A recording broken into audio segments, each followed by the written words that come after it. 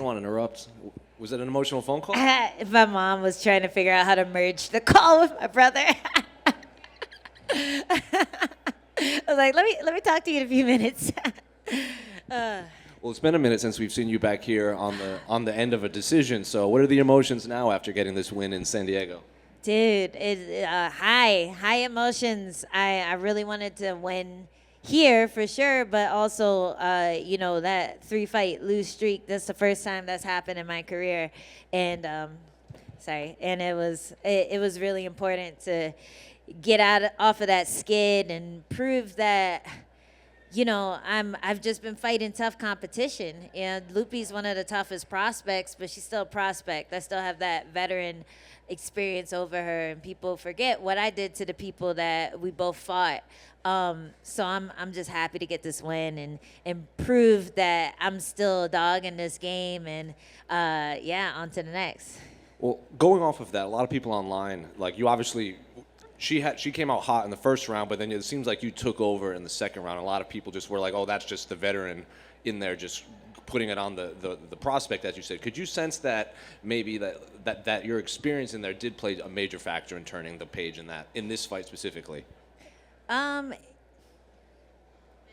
Yeah, but I mean, I'm a better striker. Of course my experience is going to play well for me in the later rounds. I could see her fading. I could see that she was sucking gas. She was trying to toss me around like a rag doll, so that was like a lot of energy that she was expending. And I do think she's a really great prospect. I don't like admitting that about a lot of fighters in my weight class, but I do. And when she came onto the scene and I got matched with her, I was like, I hate this because I just got out wrestled in my last fight. So this was a big hump for me to get over. Shutting out the doubters, shutting out all the people thinking that I didn't have what it took to fight someone just because they're new on the scene and they're the shiny new toy that everyone's excited about. Like, get excited about me too. I'm not going anywhere. Well, I don't know if you're aware of this too, but during this fight, you became the 8th fighter in UFC history to land 1,500 in significant strikes, and the only other woman above you is Joanna. Hey! So you have the second most significant strikes among female UFC fighters. So what do you make of that record now? Yeah, I'm about to break it, Joanna. You better come out of retirement. Let's go. Yeah, that's dope. I'm happy about that. Hopefully I'm not absorbing that much as I'm giving. And then finally, I know Loopy said at Media Day that she was expecting all the cheers, given that how close she is to Mexico. But you got one of the bigger pops this whole fight night, even at the ceremonial weigh-in. So what do you make of this crowd here in San Diego? Yeah, they love me. All my friends already had tickets when I got booked on this fight card. So, I didn't even get hit up. They already knew I was going to be on there. So they were excited that I was there. I did want to ask about that because managing those emotions, you talked about it like, people around me in San Diego know that this is what I'm here to do, but as the fight got closer, did any of that attention from the people in your circle just heat up?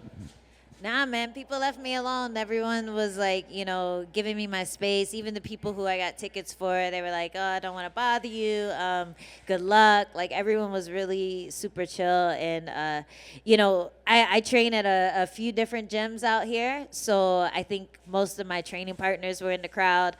Most of my old teammates were in the crowd, especially the ones out here for Dom, too. So yeah, I had a bunch of people in my corner. And, the emotions were high. The walkout was amazing. I've never fought in the home crowd at this level. The last time I fought for a home crowd was in New York when I was doing Muay Thai. So that was a very familiar feeling, but it was also like, whoa, this is really happening. This is cool. It was fun. It made it more fun for me. Now in about 2 hours-ish, Dominic Cruz will be entering the cage. Are you staying in the building, or are you gonna have him on TV at your after party? I mean, I wasn't sure how I'd feel after the fight, but I think I'm ready to party. So I might hang out a little bit. We'll see if the security lets me. Congratulations. Thank you. So do you try to ride the momentum and get back in there, or do you want to give your body a little bit of rest and look at how the fight looked and things you want to work on, or where's your head at right now immediately after? Pues Where's your head at? I don't know. I'll look at the fight. I'm sure I'll pick it apart. But I'm always ready to fight. I'm always looking for new people to fight. I wanted to call out someone, but they didn't ask me. But I want to fight Karolina Kowalkiewicz in Madison Square Garden. She got the fight there already against Joanna, I think. And that's where my fight career started. So they just started announcing fights. I would love that to be my next fight in November, and hopefully I can convince someone to let that happen. But other than that, like I'm ready for the next person who thinks they could take this. I think that'd be a spectacular fight. And is that also because she does like to strike? You'd like to test your striking against her? Yeah, and I think we're all both on kind of the same career trajectory where a lot of the girls that were fighting when we started are retiring. So I want to get that one in before she decides to hang it up. Yeah. I don't know if there's many other strawweights aside from Jessica, who's my sister, like we'll never fight, who's still in there that I could fight right now. So yeah, let's make that happen. And just going off of that, I know your body's always going to dictate how long you want to keep fighting, you want to keep in the game. Have you thought or ever set a date? You know, you're what, 37 now? Is it 40? Is it into the 40s? You want to see how your body feels and go on? I mean, have you ever sort of set a date on that, or do you don't even think about that, just depending on how your body feels?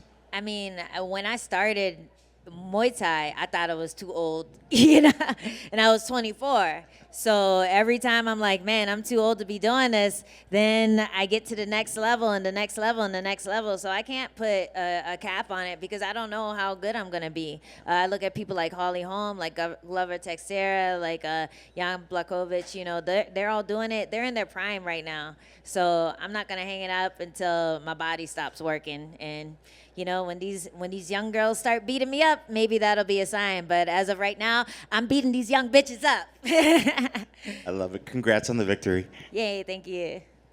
Angela, congrats on the fight.